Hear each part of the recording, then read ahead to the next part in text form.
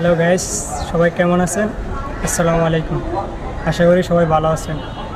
বর্তমান দেশের যে অবস্থা, যেভাবে পারছে দেশটা দুর্নীতি করে হাইতেছে, আমরা জনগণ দেখা ছাড়া আমাদের আর কিছু করার নেই। দুর্নীতিবাজদের দুর্নীতি। আসুন আমরা যার যার অবস্থান থেকে সবাই আওয়াজ তুলি দুর্নীতিবাজদের বিরুদ্ধে।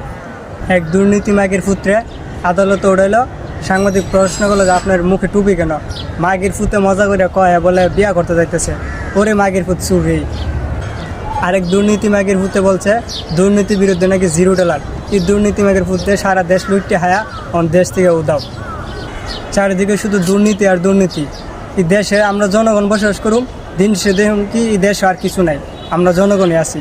আর মাগের ফুতাইতে এই দেশ লুটতে লিয়া বিদেশে চলে দেব।